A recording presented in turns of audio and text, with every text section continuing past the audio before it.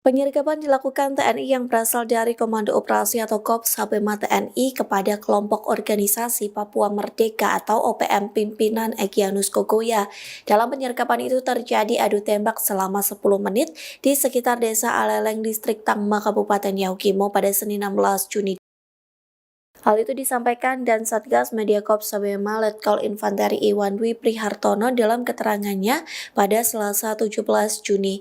TNI berhasil menembak tewas dua anggota OPM setelah melakukan perlawanan saat ditangkap. Sementara dua anggota OPM yang lain berhasil melarikan diri. Dalam penyergapan itu diamankan satu pistol revolver warna silver, satu pistol raketan, 5 butir munisi kaliber 9 mm, satu unit HT, satu unit HP, dan satu unit teleskop optik. Beruntungnya tidak ada prajurit TNI maupun masyarakat yang menjadi korban dalam peristiwa ini. Hal itu disampaikan oleh Panglima Korps Sabema Maijen TNI Luki Avianto.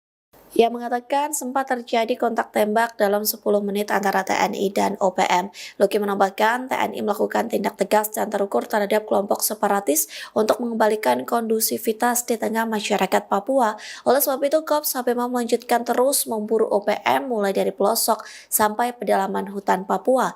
Saat ini pasukan TNI masih melakukan penyisiran untuk mencari sekaligus merestrukturisasi hutan yang dialihfungsikan menjadi ladang ganja oleh pimpinan OPM Kodam 3 Dugama Egyanus Kogoya. Luki mengaku khawatir ladang ganja milik Egyanus Kogoya bisa merusak generasi muda Papua dan mencoreng nama baik Indonesia.